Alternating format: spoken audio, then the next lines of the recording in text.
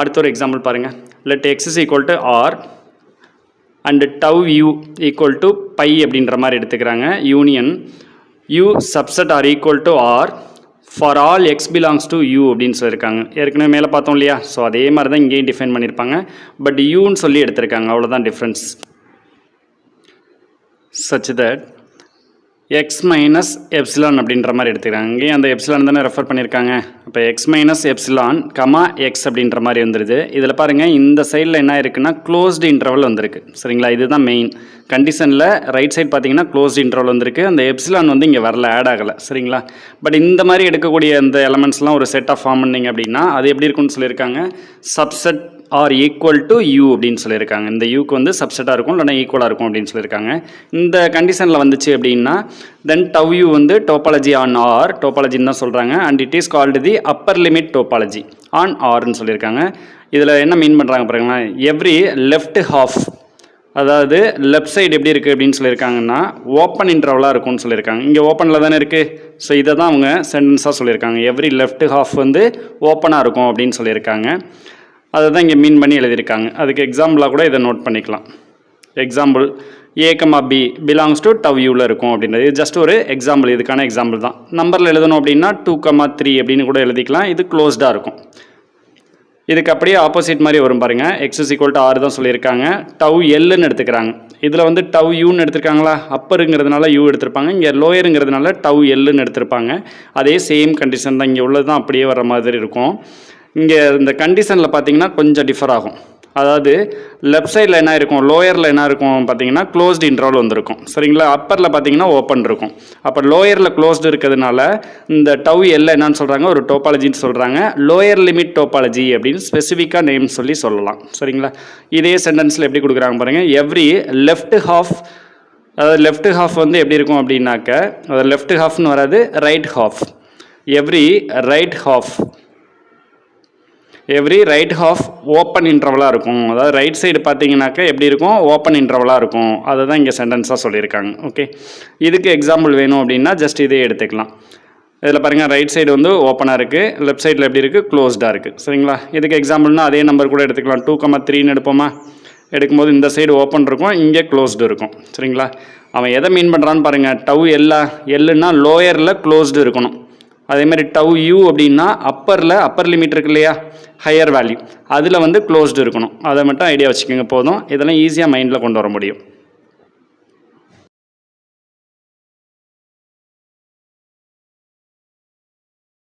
அடுத்த ஒரு ப்ராப்ளம் பாருங்கள்.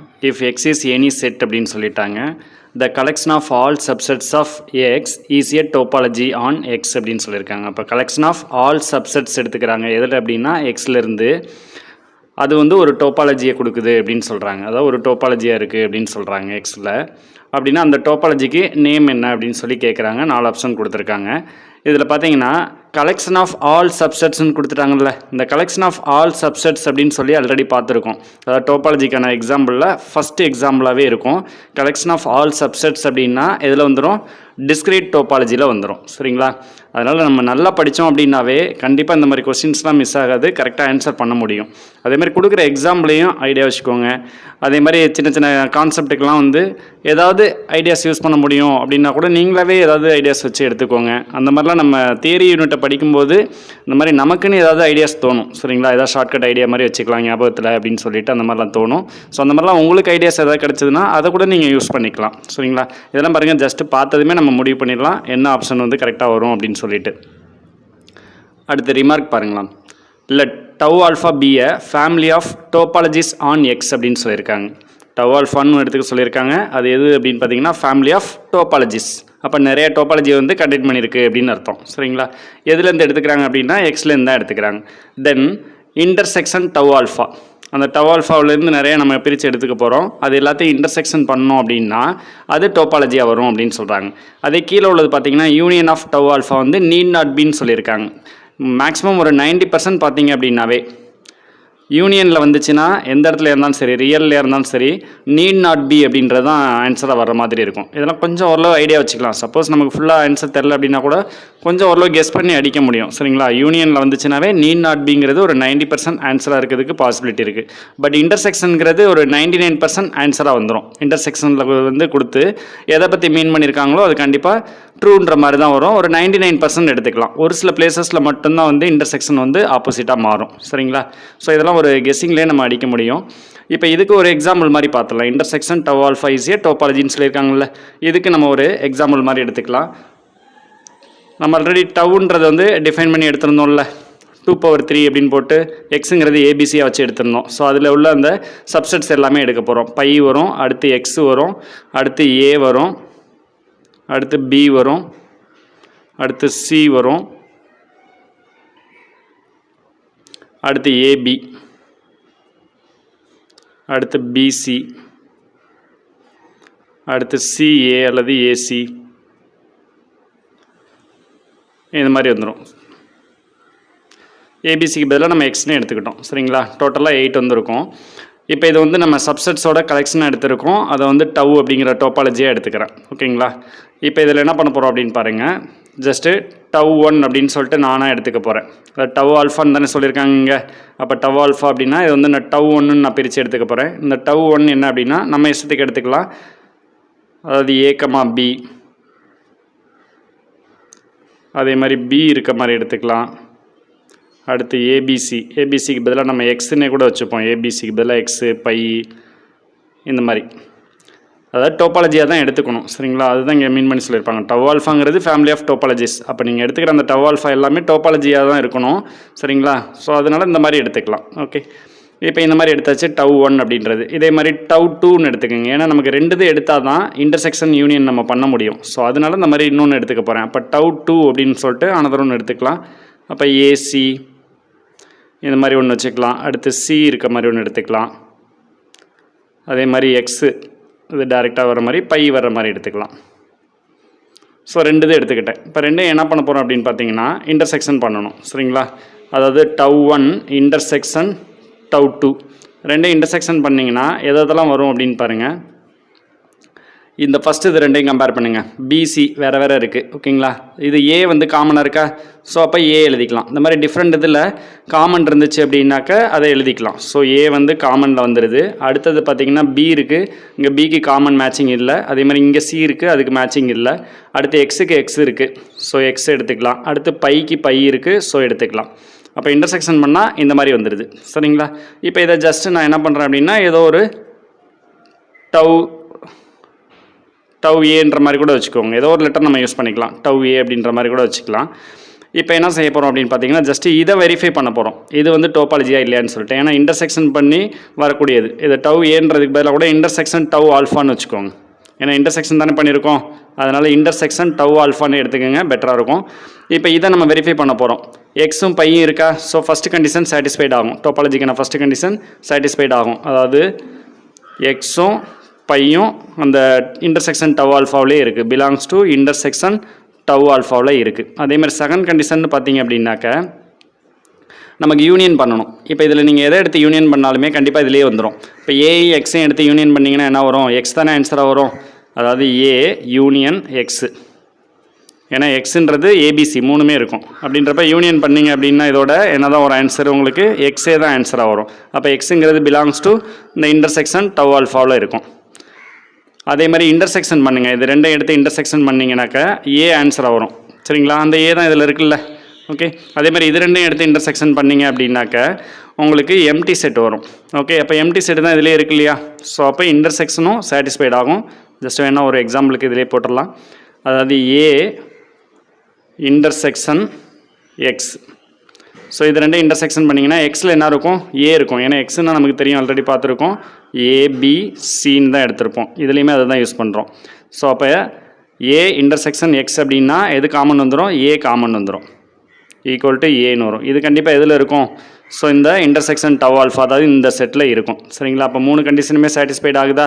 சாட்டிஸ்ஃபைட் ஆகிறதுனால இந்த இன்டர்செக்ஷன் டவ் ஆல்ஃபாவை என்னன்னு சொல்லலாம்னா டோபாலஜி அப்படின்னு சொல்லலாம். ஓகேங்களா? இதுதான் வந்து இந்த ஃபஸ்ட்டு பாயிண்ட்டுக்கான எக்ஸாம்பிள்.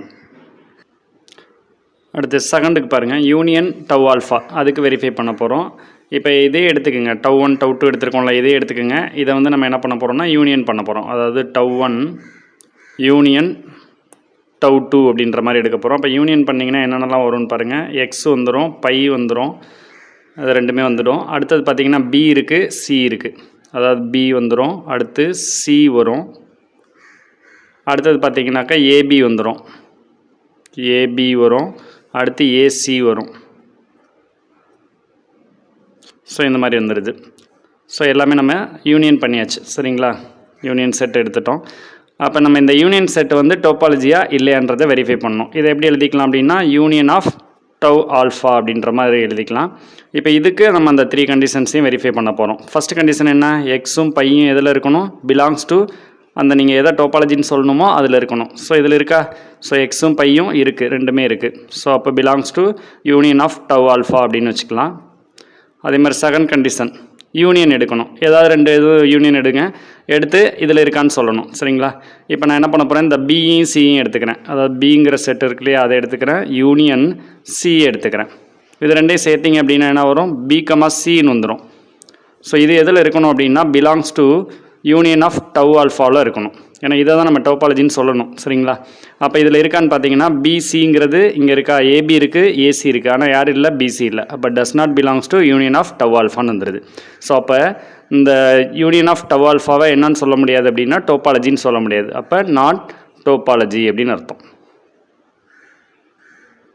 ஸோ இந்த மாதிரி தான் நம்ம வெரிஃபை பண்ணணும். இந்த எக்ஸாம்பிள் வச்சு பாருங்கள், தியரி பார்ட்ஸ் எல்லாமே ஈஸியாக இருக்கும். கொஞ்சம் பொறுமையாக உட்காந்து கவனிங்க. டைம் ஆனாலும் பரவாயில்ல, பொறுமையாக உட்காந்து கவனிச்சிங்கன்னா கண்டிப்பாக ஈஸியாக புரிஞ்சுக்க முடியும். அடுத்த ரிமார்க் பாருங்கள். Let tau alpha be a family of topologies on X. அந்த ஃபஸ்ட்டு பார்த்தோம் இல்லையா, அதே மாதிரி தான் சொல்லியிருக்காங்க, ஃபேமிலி ஆஃப் டோபாலஜிஸ் ஆன் எக்ஸ்ன்னு. Then there is a unique smallest topology on X. அங்கே கண்டிப்பாக என்ன இருக்கும்னா யூனிக் ஸ்மாலஸ்ட் டோபாலஜி ஒன்று இருக்குமா?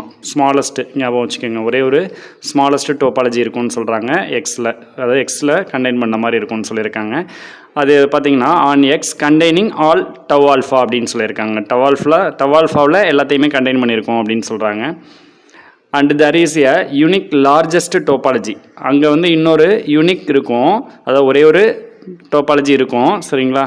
அது என்னவாக இருக்கும்னா லார்ஜஸ்ட்டாக இருக்கும் அப்படின்னு சொல்கிறாங்க. அப்போ நம்ம டவ் ஆல்ஃபான்ற ஒரு ஃபேமிலி ஆஃப் டோபாலஜிஸ் எடுத்துக்கிறோம். அதில் என்னென்னலாம் இருக்கும் அப்படின்னு பார்த்தீங்கன்னா ஒரே ஒரு ஸ்மாலஸ்ட் டோபாலஜி இருக்கும், அதே மாதிரி ஒரு லார்ஜஸ்ட்டு டோபாலஜி இருக்கும்.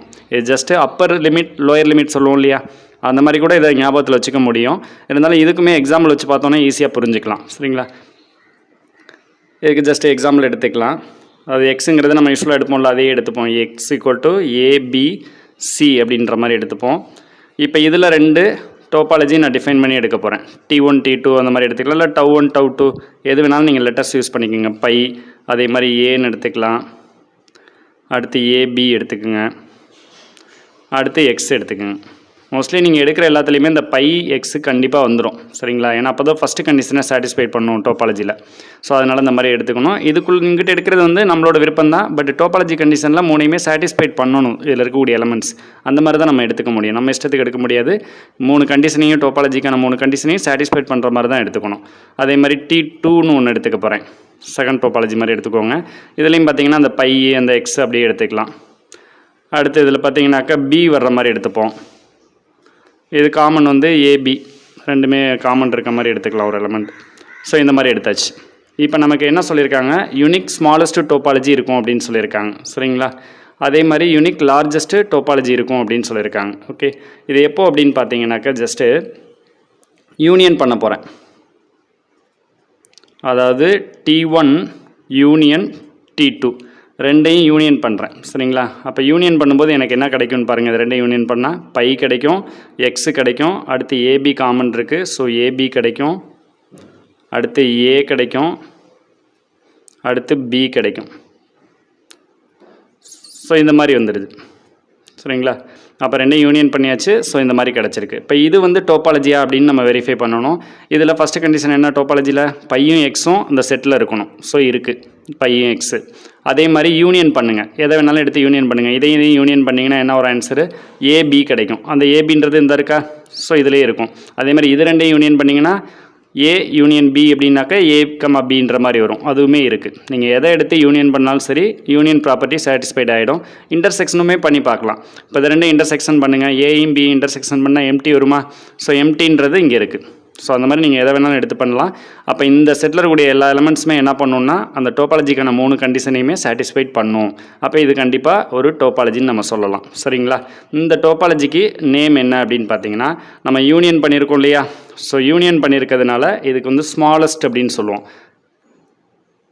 நோட் பண்ணி வச்சுக்கோங்க. யூனியன் பண்ணி கிடைக்கக்கூடியதை வந்து ஸ்மாலஸ்ட்டுன்னு சொல்லுவோம். இந்த எல்சிஎம் ஹெச்சிஎஃப்லாம் கண்டுபிடிப்போம்ல, லீஸ்ட் காமன் மல்டிபிள் அந்த மாதிரிலாம் எடுத்தோன்னா அது பிக்கர் வேல்யூவாக கிடைக்கும் எல்சிஎம்மில்.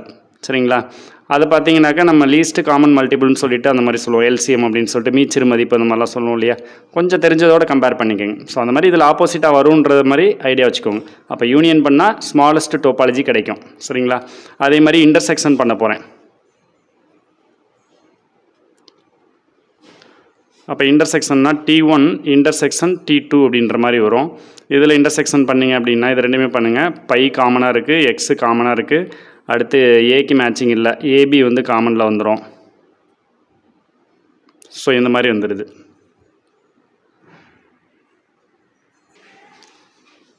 இது மூணும் பார்த்தீங்கன்னாக்க அந்த டோபாலஜிக்கான 3 கண்டிஷன்ஸை சாட்டிஸ்ஃபைட் பண்ணும். ஸோ இன்டர்செக்ஷன் பண்ணியிருக்குமா? ஸோ இதை வந்து என்னென்னு சொல்லணும்னா லார்ஜஸ்ட் அப்படின்னு சொல்லணும். அதாவது லார்ஜஸ்ட் டோபாலஜி அப்படின்னு சொல்லணும்.